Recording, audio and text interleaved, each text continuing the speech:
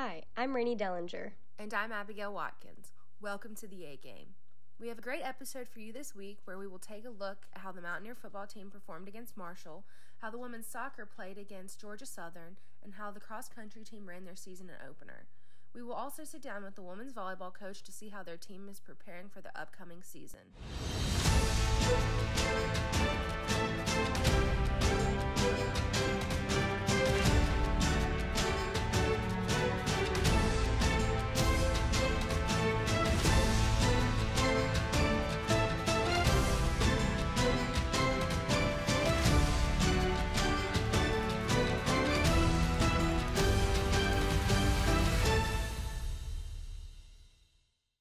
In football news, the Mountaineers struggled against Marshall this past weekend, losing 17-7. The offense looked off. They struggled to run the ball and made costly mistakes in crucial situations. The first quarter went okay for the Mountaineers. Marshall started the scoring off with a rushing touchdown less than 3 minutes into the game to make it 7-0. The Mountaineers then marched down the field. After an unnecessary roughness penalty on Marshall, the Mountaineers almost scored on a 47-yard pass from Zach Thomas. Zach Thomas had a great throw to Jalen Virgil, who had an incredible catch. The touchdown tied the game 7-7. The second quarter wasn't a memorable quarter for the Mountaineers. They were stopped by Marshall defense and forced to punt after giving up a sack. The Marshall offense then proceeded to run the ball effectively. Marshall converted on a crucial fourth down, but only came away with a field goal on the drive. With 2 minutes left in the quarter, the Mountaineers drove the ball down the field. Thomas Hennigan got the team in a good field position when he drew a pass interference call. Unfortunately, when the team was at Marshall's 19-yard line, Zach Thomas threw a pick with 46 seconds left in the half. The third quarter was a defensive battle for both teams. The ball wasn't being moved well by either team. The Mountaineer defense gave up a touchdown late in the quarter to put Marshall up 17-7. The fourth quarter was also rough for the Mountaineers. The quarter opened up looking promising as Zach Thomas hit Mike Evans with a 30-yard pass that looked like it was going to be a touchdown. Unfortunately, when Evans was within 5 yards at the goal line, the cornerback caught up with him and he fumbled the ball. Marshall recovered the ball and killed App's momentum. The defense held Marshall to no points for the rest of the game, but the Mountaineers' offense was unable to score again. The Mountaineers lost the game 17-7, which kicked them out of the top 25. Offensively, the team looked okay. They moved the ball through the air well. Zach Thomas recorded 268 passing yards. On the ground, however, they did not perform to their usual standard. The team combined for 96 rushing yards. This is a significant decrease from last week's 308 rushing yards. In the end, the turnovers hurt them the most, killing valuable scoring opportunities that would have put the Mountaineers ahead of Marshall.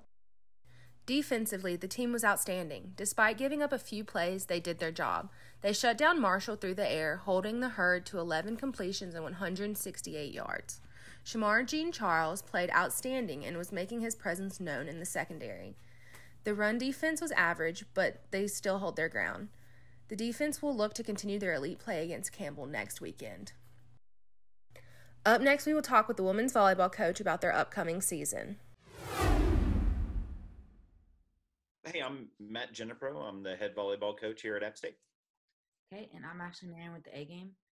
And my first question is, how have games and practices changed because of COVID? Well, I can't answer about the games because we haven't played yet. So it's been really weird. We should be going into our 5th week of competition right now, and we're entering our first. So games will be to be determined as it is. But practices, honestly, with the exception of starting later, normally our team shows up end of June for summer 2. And then they do their own stuff over the summer because we're not allowed to coach them over the summer. But and then we get started with preseason, probably around August, 5th, 6th, 7th. It just depends on the year. And we didn't get going until August 11th.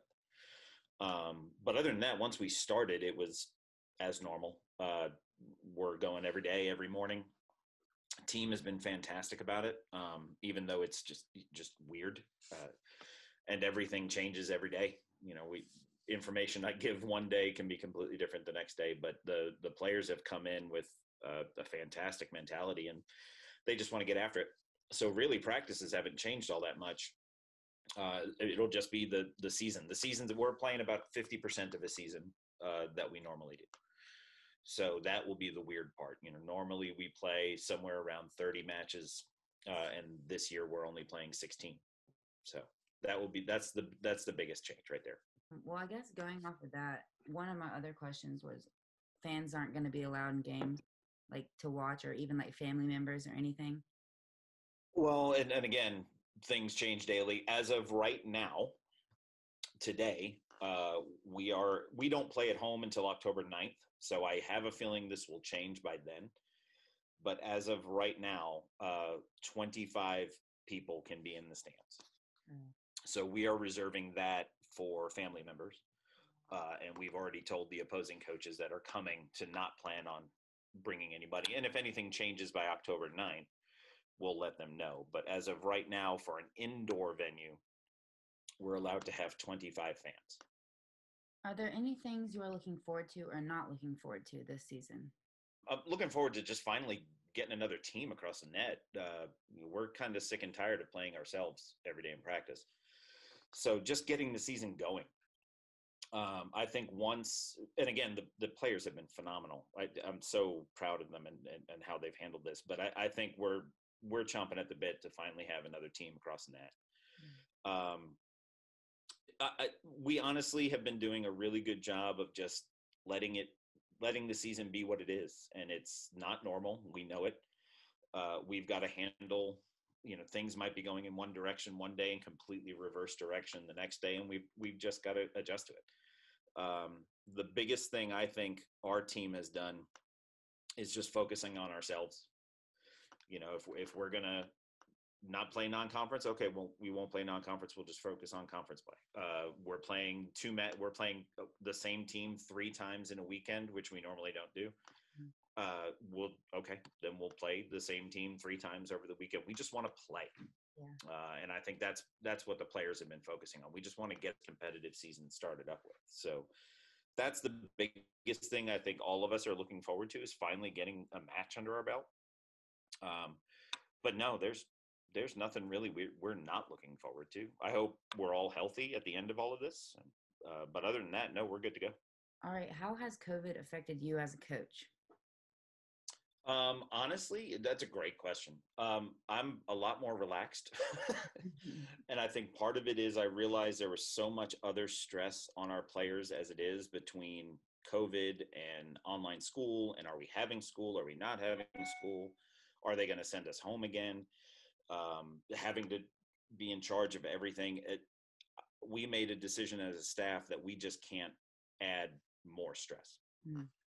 It doesn't mean that we're not holding our players accountable and making sure that they're doing the right thing, but I have severely relaxed as a coach. And quite honestly, I think it's made me a better coach.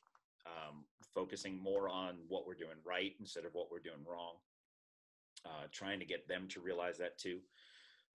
18 to 21-year-olds like to focus on their mistakes rather than the things that they're doing well. But yeah, no, with everything that has been going on, I've been trying to be the face of just calm. Let me handle all the stress of, I don't know if we're playing or we're not playing or half playing, or let me deal with all of that stress. And you guys just come in and work your butts off every day. And so I think it's changed me a little as a coach, and for the better, and I'm enjoying it. That's good. You sound like a good coach. I try. Doesn't mean it's perfect, but I try. Yeah, at least you're understanding and care about your players. It's obvious. Oh, very much so. They are. I have 2 kids, but the 19 of them are also like my kids. Yeah. All right. Well, that's everything I have. Thank you awesome. for being with me, though. Oh, yeah, you bet. Any other time. Yeah, if you have any other stuff that you want to get done, just feel free to give me a call or give Andrew a call first. All right. Well, I love talking about my team, so anytime you want to do that, just let me know. Okay, cool. Thank you. It was nice to meet you. And good luck. Nice meeting you. You have a great day. Thanks, you too. Thank you. Appreciate it. Bye-bye. The volleyball team will start their season this Friday, taking on Georgia Southern with games at 11 o'clock and 6 o'clock, and then will continue their series against the Eagles Saturday at 1 o'clock. Women's soccer beat Georgia Southern this Sunday with a 3-0 win over the Eagles. The Mountaineers took advantage of the 8 Georgia Southern fouls by scoring a penalty kick. Mary Perkins scored 2 goals, including a penalty shot goal. Carrie Eagleston was perfect in the net, saving all shots against her as the Mountaineers held the Eagles to only 3 shots on goal all game. After going up 3-0, 48 minutes in, the Mountaineers' stellar defense held up to get the win. The Mountaineers are now 1-3 this season and will play Troy this Friday at 2 p.m.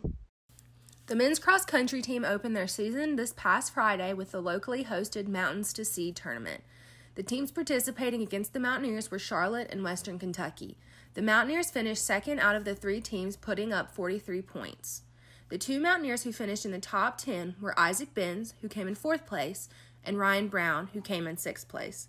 Both runners are previously first-team All Sunbelt runners. The Mountaineers will be back in action on October 3rd at the University of Louisville. Up next, we will see who our Mountaineer Spotlight is for the week. This week's Mountaineer Spotlight is Carrie Eagleston, goalkeeper for the women's soccer team. In 2019, Eagleston started in all 18 games. She had the second most saves in the Sunbelt with 79, which also led all other freshmen. She had the third most saves per game in the Sunbelt with 4.38 saves per game. Her career high saves in a game came against South Alabama with 12 saves. Eagleston also recorded 2 clean sheets in 2019. So far in the 2020 season, Eagleston has 16 saves. Eagleston recorded her first clean sheet of the 2020 season against Georgia Southern this past Sunday, which helped secure the first win for the women's soccer team this season. Thanks for joining us this week. I'm Abigail Watkins. And I'm Rainey Dellinger. Make sure to follow us at The A-Game Sports, and we will see you next week on The A-Game.